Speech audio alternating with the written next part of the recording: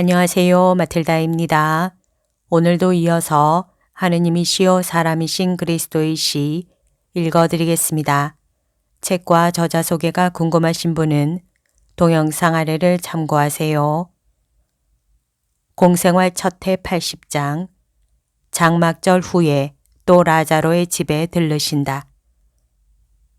저는 어떻게 이런 많은 글을 쓸 수 있게 되는지 모르겠습니다.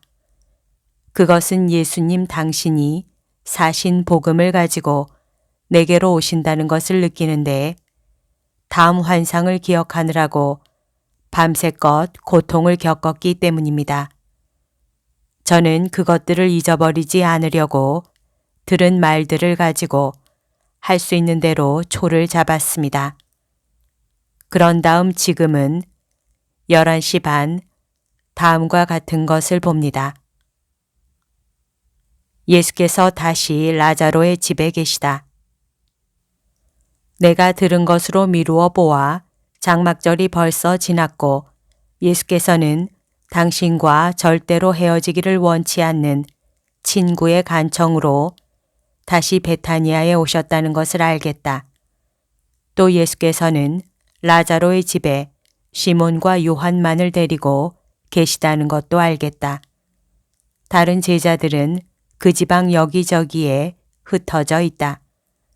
또 끝으로 아직 라자로에게 충실한 친구들의 모임이라는 것도 알겠다.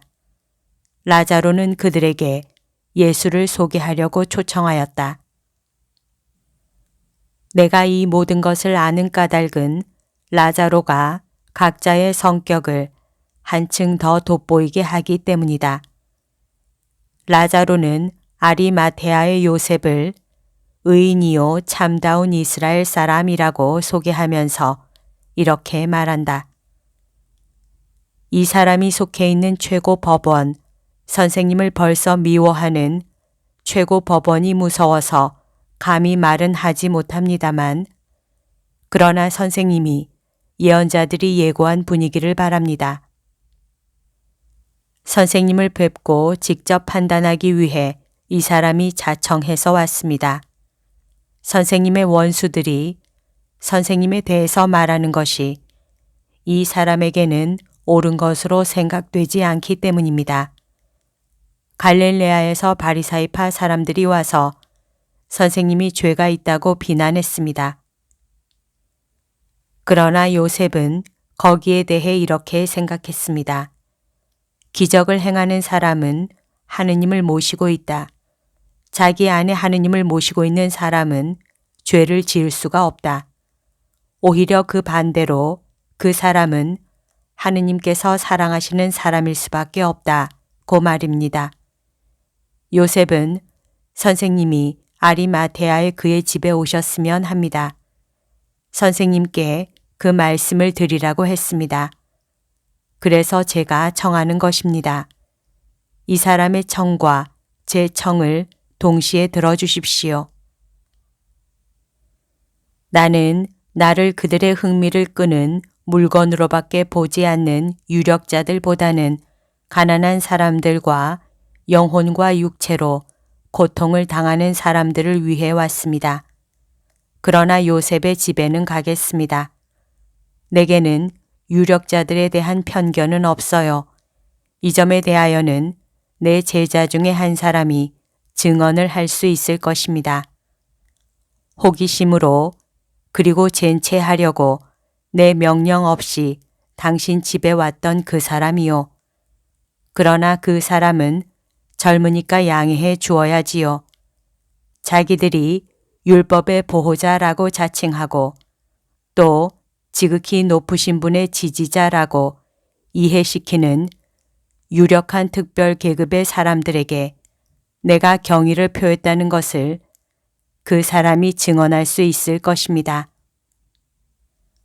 오, 영원하신 분은 당신만이 홀로 스스로를 지지하시지만 말입니다. 어떤 박사도 일찍이 성전의 직원에 대해서 그와 같이 경의를 표한 일이 없었습니다. 저는 그것을 압니다. 그리고 그것을 아는 사람도 많이 있습니다. 많이요. 그러나 선생님의 태도를 정확한 이름으로 부르는 사람은 가장 착한 사람들 뿐입니다. 다른 사람들은 위선이라고 부르거든요. 라자로, 누구든지 자기가 가진 것을 주는 법이요. 맞습니다. 그러나 요셉의 집에 가십시오. 오는 안식일에 선생님을 모셨으면 합니다. 가겠소. 당신이 그 사람에게 알려도 됩니다. 니고데모도 좋은 사람입니다. 그러나 그 사람은 제게 이런 말을 했습니다.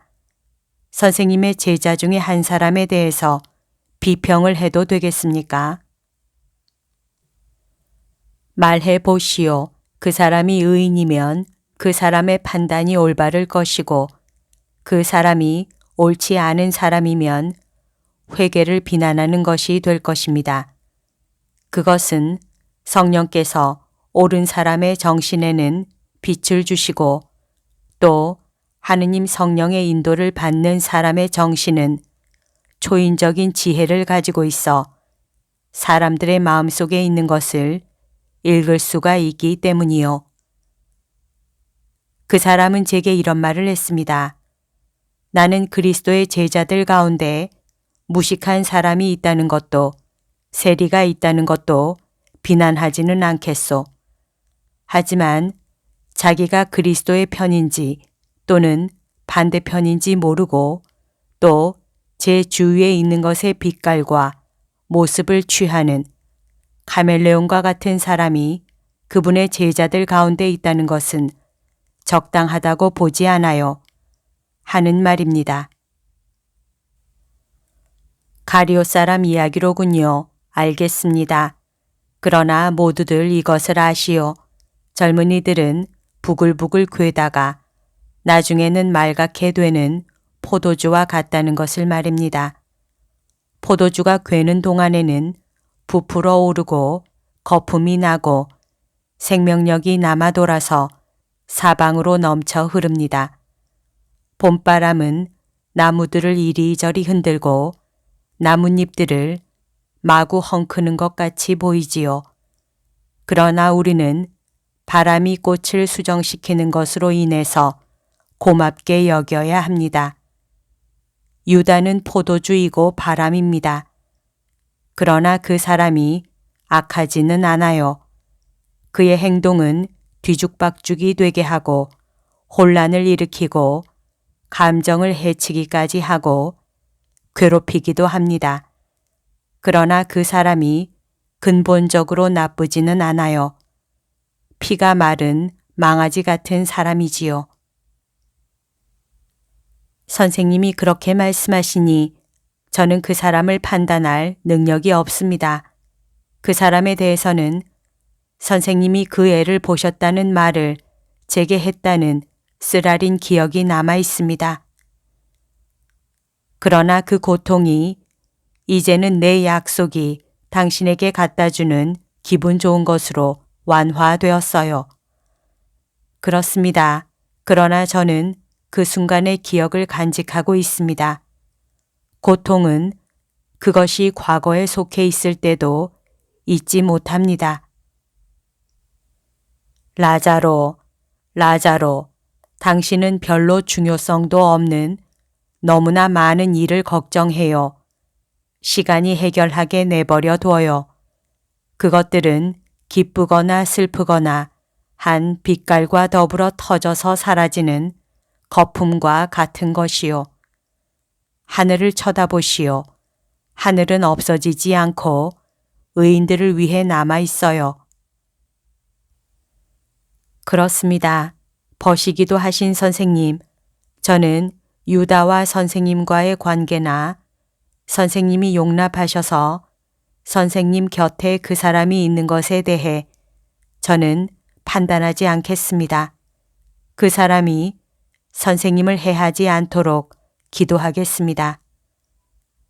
예수께서 미소 지으신다. 그리고 환상이 끝난다. 여기까지가 오늘 들려드릴 내용입니다. 오늘도 하느님의 뜻 안에서 서로 사랑하는 하루 보냅시다. 사랑합니다. 축복합니다.